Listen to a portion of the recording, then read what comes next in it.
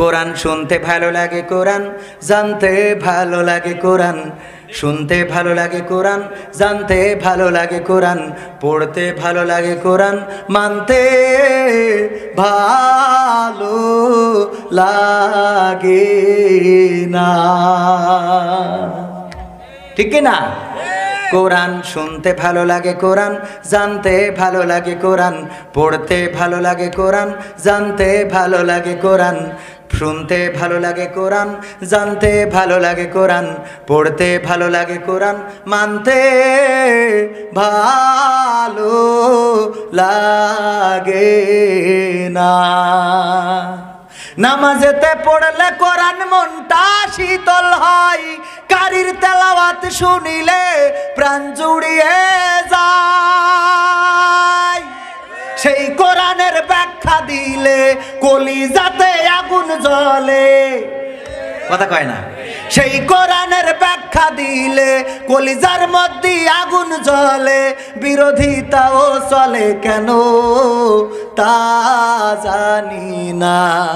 কোরআন পড়তে ভালো লাগে, কোরআন শুনতে ভালো লাগে, কোরআন জানতে ভালো লাগে, কোরআন মানতে ভালো লাগে না। কোরআন পড়ে কত লোকে শুরু করে দিন, ওরা আবার চাইনা দেশে কোরআনের আইন, কথা কয় না? কোরআন পড়ে অনেক লোকে শুরু করে দিন, তারা আবার চাইনা দেশে কোরআনের আইন। এটা যে কেমন নীতি, তাই তো এ দুর্গতি, করছে মোদের ক্ষতি কেন তা বুঝি না। কোরআন পড়তে ভালো লাগে, কোরআন শুনতে ভালো লাগে, কোরআন জানতে ভালো লাগে, কোরআন মানতে ভালো লাগে না। কোরআন বুকে চুমু খাওয়ার লোকের নাই অভাব, সেই কোরআনের বিরোধিতা এটা কোন স্বভাব?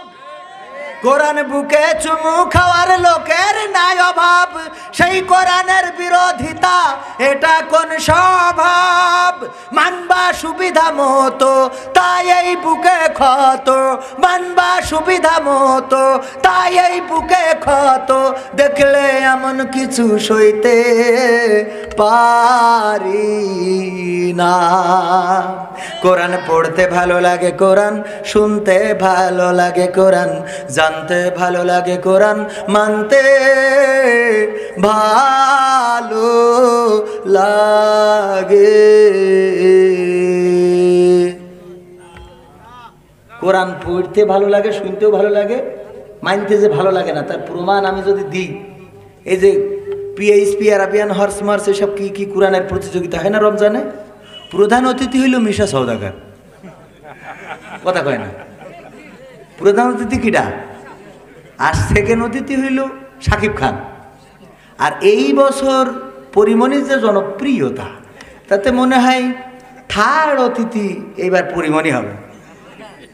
আর ইরা কোরআন শুনিতে কয় মার হাবা মাশাআল্লাহ। আচ্ছা, এই যে বলল, যদি ও কোরআন শুনে আসলে অত একটু অর্ধেক মানতো, তাহলে সাকিবের বউ, সাকিব এই যে সাতক্ষীরায় বেড়াতি, ও যে নায়িকা ঢাকায় ঘুরে বেড়াচ্ছিল রিক্সায়, হঠাৎ করে মিশা সওদাগর অ্যাটাক করিস না? মিশা সওদাগর অ্যাটাক করি ধরে নিয়ে যাচ্ছে, কোয়ানে ধরে নিয়ে যাচ্ছে, তাও অন্য জায়গায়, খারাপ জায়গায়। আর সাকিব সাতক্ষীরাতে শুনে এও আবার কি করলো, অমনি দৌড়াম করি লাভ একটা দিলে এক লাভে নায়িকার সামনে পড়িতে। এইবার মিশা সওদাগরের নাক মাক ফাটাই মাটাই দিয়ে তো ওই নায়িকার উদ্ধার করে এনে সতীত্বটা রক্ষা করল। তাও তো সতীত্বের অর্ধেক খুলে ফেলিল, একটা উন্না উঠে যাচ্ছিল, ওই ধরিতে এরম খুলিতে চাইলে দিলে কি, হ্যাঁ? এই যা কথা কয় না। তাহলে এরা যদি অন্তত কোরআনের কাছাকাছি যেত, তাহলে অন্তত মিশা সওদাগর আজ যাই হোক আমার বউর সাথেও যদি চিন্তা করতো যে না আমি ওর ধরে নিয়ে যাব, তাও সে চিন্তা করতে পারতো। অন্তত শাকিব খান এক জায়গায় বসে থাকে, একই সাথে সিনেমা করে, ওর নায়িকার এটা চিন্তাই করতো। আমার ভাইরা, এখন হুজুর পরের সপ্তাহে চিন্তা করলো, আহারে কেশিয়ার ডেকে বলছে, হুজুর আপনি আমি যে এই কাজ করি আপনার কানে বলেছে কিটা বলেন দেখি। তার আজকে আমার একদিন নাই তার একদিন বলছে, দেখেন কেউ বলে নাই, বলছে হুজুর আপনার আমাদের কমিটিতে 3 বার এই কমপ্লেন আসলো 3 সপ্তাহে, এইবার যদি আপনি পরের সপ্তাহে ওয়াজ খারাপ করেন তাইলে আপনার চাটি বাটি গুছাইয়ে শ্যামনগর চলে যাবেন। পরের সপ্তাহে হুজুর ওয়াজ করছে, ভাইরা আমার, বাবাজিরা আমার, এই দেশে চোর আছে না নাই? এই চোর যে কত বড় বরকতের, কত বড় নিয়ামতের, পৃথিবীর মানুষগুলো একটু কল্পনা করে না। যদি চোর না থাকতো তাইলে এই সাতক্ষীরা ইসলামী ব্যাংক, এই আল আরাফা ব্যাংক, অগ্রণী ব্যাংক, পূবালী ব্যাংক, সোনালী ব্যাংক, রূপালী ব্যাংক, এইসব ব্যাংক হইতো না। কি চোর না থাকলে কেউ টাকার যত্ন নিত না, জেনে শুনে ফেলাই থুইতো, মানি ব্যাগ বিক্রি হইতো না। চোর না থাকলে কেউ সাইকেল মোটর সাইকেলে তালা দিত না। চোর যদি না থাকতো সোনা দানা গয়না গাটি এইগুলো ওই আলো শোকেস আলমারির মধ্যে কেউ ভরে রাখতো না। মা বোনেরা থালবাটি মাজার সময় ওখানে কানের তা থুয়ে দিত। কি তুই তো কিনা ওখানে কানের তা রেখে দিত। সোনা দানা গয়না গাটির কোনো যত্ন হতো না। দোকানদারেরা দোকানগুলোর শাটার টানতো না, তালাও মারতো না। দোকান ওইভাবে খোলা থাকতো 24 ঘন্টা। ধুলো পড়ে মালামালগুলো ভরে যেত, কারণ চোর নেই, তা বন্ধ করি লাভ কি? কি চুরি না করলে কেউ তালা মারবে? এই জন্য হুজুর বলছে, ভাইয়েরা আমার, এই চোর আল্লাহর দেওয়া একটা নিয়ামত, এই নিয়ামত যেন বেড়ে যায়, সবাই বলেন আমিন। শুধু তাই না, হুজুর বলতেছে, আরে কত রকম চোর আমার দেশে এখন ইদানিং পাওয়া যায়। আগে তো শিং কেটে চুরি করতো, আর এখন রাস্তাঘাট, ব্রিজ, কলকারখানা সব খাইয়ে ফেলে।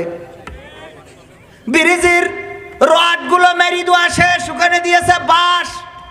জিজ্ঞেস করা হয়েছে, ভাই বাঁশ দিলেন কেন? বলছে রডে জং ধরে যায়, কিন্তু বাঁশে কোনোদিন জং ধরে না।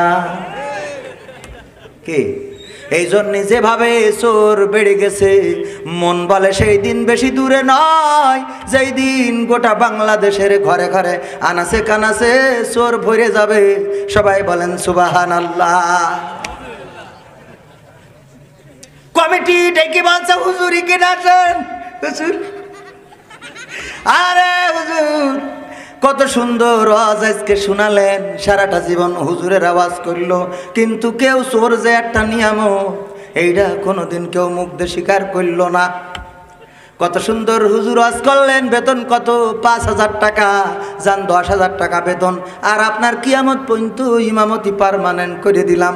দয়া করি চোর বাইটপার ডাকাত এদের ব্যাপারে কোরআন হাদিসি যে এই ভালো ভালো কথা বলেছে এইগুলো একটু বলবে।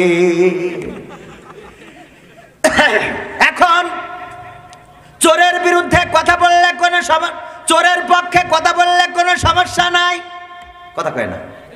ছিনতাইকারীর পক্ষে কথা বললে কোনো সমস্যা নাই, ডাকাতের পক্ষে কথা বললে কোনো সমস্যা নাই, চাঁদাবাজের পক্ষে কথা বললে কোনো সমস্যা নাই, লুটতরাজের পক্ষে কথা বললে কোনো সমস্যা নাই। কিন্তু যদি এগের বিপক্ষে চলে যায় তাইলে ইমামতি তো দূরের কথা, বক্তার ওয়াজ করার মাইক্রোফোনও বন্ধ হয়ে যায়।